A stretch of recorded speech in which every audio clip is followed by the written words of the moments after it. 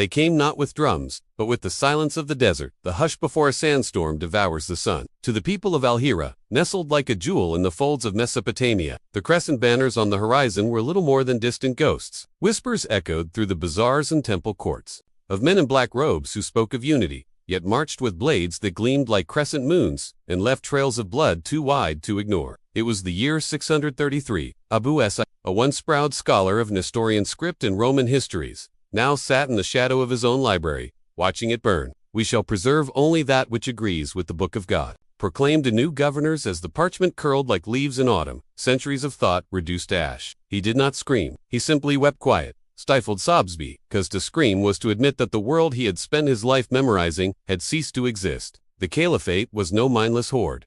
No, that would have been a mercy. This was a deliberate dismantling, not just of cities, but of souls. The men who came in the name of Allah offered peace if one, bowed the neck and paid the jizya, the tax of the humiliated. With your right hand, give your coin, said one bearded collector to an Armenian elder, and with your left, feed your children with what remains. But always remember, that hand is not yours. It is permitted to you. In the hills of Khuzestan, entire villages vanished between dusk and dawn, not from slaughter, but something more insidious. The young boys were taken, not killed, not maimed, but they were dressed in tunics foreign to their mother tongues, forced to speak Arabic under threat of lashes, and made to memorize verses they did not understand. Their names were changed. Yusuf became Aram became Abd. Their mothers called for them in the night, but the winds carried back only silence. And yet, there were those who adapted, who smiled through bleeding gums and bent spines. One such man was Harun of Antioch, a former bishop who now preached the Quran in a mosque built atop the ruins of his cathedral. They said he did it for gold, for position, but those who knew him whispered of a dream where angels spoke in Arabic and threatened to tear the wings from his back if he did not obey. Harun's sermons were eloquent, filled with fire and cadence, but his pale blue eyes never blinked quite right, as though he were watching something none of us could see. To resist was to vanish. To comply was to be hollowed. The cruelty of the caliphates did not always wear the face of war. It often wore the mask of administration. Taxes were raised selectively. Land was redistributed not by merit or labor, but by faith. A Christian landowner could keep his estate if he converted. If not, his sons would one day plow the soil they once ruled. Now under the whip of a man who shouted prayers 5 times a day while spitting on his lineage. In Kairouan, the great North African jewel, the Berbers, once proud and wild as lions, were herded like cattle into conformity. Their daughters were taken into harems, taught the arts of silence and obedience. Some became queens of the caliphs, their names forever erased. Their wombs used to birth obedient sons. Others were never seen again, their fates lost in courtyards where fountains flowed not with water, but with the tears of forgotten women. But the cruelest thing, yes, crueler than the sword, the tax. The branding of tongues was the quiet colonization of memory. The stories were the songs the gods silenced, and in time, the children of the conquered no longer remembered what had been lost, only what was permitted to remain. And this, dear listener, is how one breaks, not a body, but a civilization. The cruelty deepened, not with fire, but with time. For the wounds inflicted by the sword may clot, may scab, may fade, but those carved into the soul by law and language fester forever. By the turn of the 8th century, the caliphate had become less an army, more an atmosphere, invisible pressure that turned old men into cowards and their grandsons into strangers. In the marble corridors of where once Visigothic kings sipped wine and debated philosophy beneath mosaics of gold, now stood judges of the Sharia, their black turbans coiled like serpents. They did not scream, they did not flay, they did not need to. They instructed. Their weapon was jurisprudence, and their targets were the gray, unseen corners of identity. A man might be born a Christian, wear a cross at birth, speak Latin in the cradle, but when he walked through the city gates, he must lower his voice, step aside for any Muslim, and bow slightly if he wished to avoid insult, or something far more subtle, the removal of privilege, their erasure of legacy. A child barred from learning his father's trade. A daughter denied dowry rights, paper cuts to the soul, each sanctioned by divine ordinance. The demi-they were what the law called them, protected people. But what is protection, if it means kneeling forever? The Pact of Umar, recited by imams with a sweetness that belied its venom, forbade the building of new churches, the riding of horses by Christians, the display of crosses, the ringing of bells, and worst of all, conversion of Muslims back to their ancestral beliefs. A Muslim who turned Christian would face death. A Christian who became Muslim would receive applause, land, perhaps even a wife. Thus the balance was tipped by slow, deliberate tilting until the world itself sloped toward Mecca. But it was not merely religious identity that was crushed. Culture, that quiet web of taste and memory and tongue, was slowly bled from the conquered peoples, like the scent from dried roses. In Persia, Zoroastrians were forced to pay the kharaj, the land tax, heavier than that levied upon the faithful. Temples were desecrated, not with violence, but with repurposing fire altars transformed into stables, sacred groves, uprooted for new mosques. The sacred flame of Atar, which had once burned for centuries without pause, now flickered in a secret cave, watched by an old priest with no disciples. He was called Dastur Varam, and I met him in a story I was told by a traveler who claimed to be his grandson.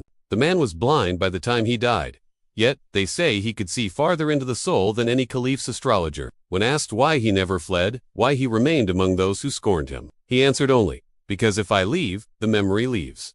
If I die here, the earth will remember me." But earth forgets when it's forced to speak a new tongue. In the eastern frontier, the Sindhi lands suffered a quiet genocide of identity. Brahmins were humiliated in public squares, stripped of their sacred threads, and forced to eat beef by laughing soldiers. Statues of Shiva and Vishnu, crafted with tenderness over generations, were broken at the nose and genitals, defilement by design. Women were not spared. In the market of Manchuria, I've read of entire lots of Rajput girls, 12 or 13 years old, sold to caravan traders from Damascus and Baghdad.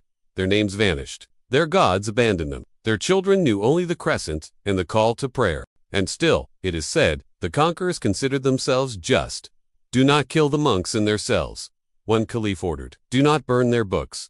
Simply take away their voices." And so, they did. In monasteries from Egypt to Armenia, scribes were left alive, but forbidden to write in their native script. Coptic gave way to Arabic. Armenian faded from the courts. And the scribes, those bent-backed priests of ink and time, were transformed into clerks, silent archivists of their own erasure. But the most diabolical act, the one no decree or sword could undo, was this. They taught the conquered to admire their conquerors. In Damascus, the marble mosques grew taller than any church that had come before. In Samarra, fountains danced to geometry older than Euclid. The sons of former nobles now quoted the Quran with flawless inflection. They dreamed not in their fathers' tongues, but in the tongue of the empire of Egg, the language of God, the language of power. And in this way, the caliphate ensured its eternal dominion not through force, but through seduction. But the greatest cruelty does not lie in what a man loses, it lies in what he is made to forget he ever had. By the 9th century, the caliphates stretched like a great black canopy from the Atlantic to the banks of the Indus. Beneath it, thousands of tongues fell silent. The Andalusian Juswans, proud scholars of Sephard, now debated the Talmud in hushed rooms, peering behind latticed windows for spies. To the north, the Byzantines called them the fire of the East. And indeed, it was fire that they brought it, not of flame and smoke, but of slow immolation, like the burning of incense, sweet and suffocating. Consider the fate of the Nubians. Christian for centuries, their painted churches bloomed with color-red saints with almond eyes, Christ figures with dark skin and tender gazes. When the armies came, they did not raise these sanctuaries. No, they closed them, locked the doors, and waited. In Dongla, the priests were allowed to remain, but only if they ceased baptizing. The baptismal fonts dried. The children grew. And in a generation, the faith that once brought music to the sands was no more. No sword had been drawn.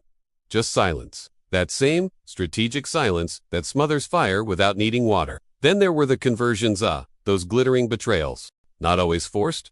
Often, purchased. A merchant in Samarkand might see his taxes halved if he recited the Shah. A blacksmith in Fez might be offered a Muslim bride in exchange for the circumcision of his soul. These were bargains of survival, dressed as blessings. And once made, they were irreversible. For to return to the old gods to whisper, the old prayers was apostasy. Punishable not just with death, but with erasure. Not the gallows, not the pyre, but the forgetting. It is said that in Baghdad, beneath the House of Wisdom, there was once a sub-basement no one dared enter, filled with the confiscated scrolls of Hinduist, Manichaean poets, and Syriac mystics. Each text forbidden, yet too beautiful to destroy. So they were entombed, buried beneath the palace of knowledge, like heretics sealed inside a glass coffin, visible, unreadable, preserved only as a reminder of what not to be. I do not know if this is true, but I believe it, because I have seen the same fate fall upon men. I knew of a scholary's name lost now, like sand between fingers, who once taught Greek in Alexandria. After the conquest, he wore a green robe, took the name Al-Montasir, and lectured on Aristotle through the lens of the Quran. All wisdom, he said, must bend to revelation. He smiled as he said it. But behind that smile was a corpse. And then, of course, there were the children. Always, the children. In the eastern provinces, a program was devised, subtle, methodical, and chilling. Sons of noble Christian or Zoroastrian families were taken into service at the courts of the Caliph. They were educated, honored, praised, then used, not just as scribes or eunuchs but as tools, sent back to their homelands to govern, to collect taxes, to oversee the suppression of their own bloodlines. Imagine it. Your son, your beloved firstborn returns, not as a savior, but as a warden. He speaks a language no longer yours. He worships a God who scorns your gods. And when he orders the church closed, the statue destroyed, the prayer silent, he does so with calm authority, because he believes this, perhaps, is the darkest cruelty of all. Not to kill a man's faith, but to turn his offspring into its executioner. By the time the people realized what had been done, it was too late. The roots were dug up. The trees bore fruit in a foreign tongue. The rivers flowed, but the water no longer tasted of home. And the conquerors, they wrote poetry, built fountains, sponsored astronomers. They told the world they had brought light to darkness, and the world awed by their architecture, enchanted by their history, after all, is written not by the victors alone, but by the survivors, too broken to remember the truth. In the end, it was not fire, nor steel, nor even law, that conquered the peoples under the Caliphates. Dominionite was time. Time, like a patient torturer, erodes more thoroughly than war. It turns cathedrals into barns, sages into beggars, gods into legends, and legends into lies. I once walked the ruins of a place once called Qaryat Alpha, in the heart of Arabia's forgotten valleys. Beneath the sands lay carvings pre-Islamic script, gods with wings, faces staring skyward as if begging memory itself not to leave them. The locals scoffed. Old nonsense, they said, idols, dust. But in the eyes of an old shepherd, I saw the shadow of recognition, a memory, not of doctrine, but of loss. He did not kneel when the call to prayer echoed across the valley. He looked instead to the stones, and he wept. So many tears had fallen by then, from the riverbanks of the Nile, where Copts sang their last hymns before converting to survive, to the darkened mountain groves of the Caucasus, where once fierce tribes lit sacred fires, now extinguished by doctrine, by decree. The Caliphates had grown sophisticated, no longer the blunt scimitar, but the silken glove. They appointed local converts as judges, minted coins in both Arabic and the tongue of the land. But always, the image of the past was chipped away. In Kufa, the philosophers who dared ask of eternity beyond Allah were imprisoned. In Nishapur, Persian poets who sang of wine and forbidden love were branded heretics. Even those within the faith suffered.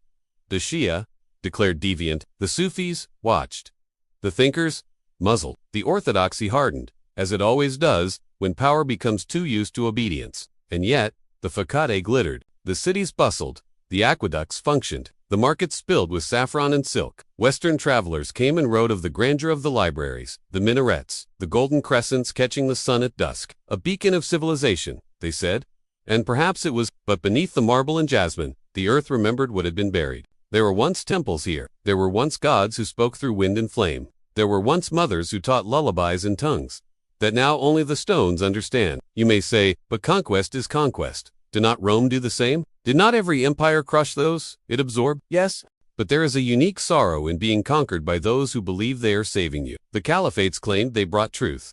Final truth, eternal truth. And perhaps, for many, they did. But for the millions who knelt not out of faith, but out of hunger, fear, or exhaustion, truth became a prison, and they were made to smile through its bars. I have sat in villages in Anatolia where elders still whisper Armenian prayers at night, hiding them beneath their breath like contraband. I have met Amazigh women in Morocco who wear tattoos of old tribal gods on their hands, forbidden but not forgotten. I have walked past shrines in forgotten wadis where goats graze among the broken altars, and I swear if you breathe, Jezreichu, can hear the wind uttering names, long erased from every book. The cruelty, you see, was not just in what was taken, it was in what was And so I ask you now, not for anger, not for vengeance, but for memory. Remember the ones who knelt but never believed. Remember the prayers whispered under breaths. Remember the last statues, the last songs, the last tongues. Remember them not as victims, but as echoes, because when the dust finally buries even the Caliphates themselves and it, shall only echoes will remain.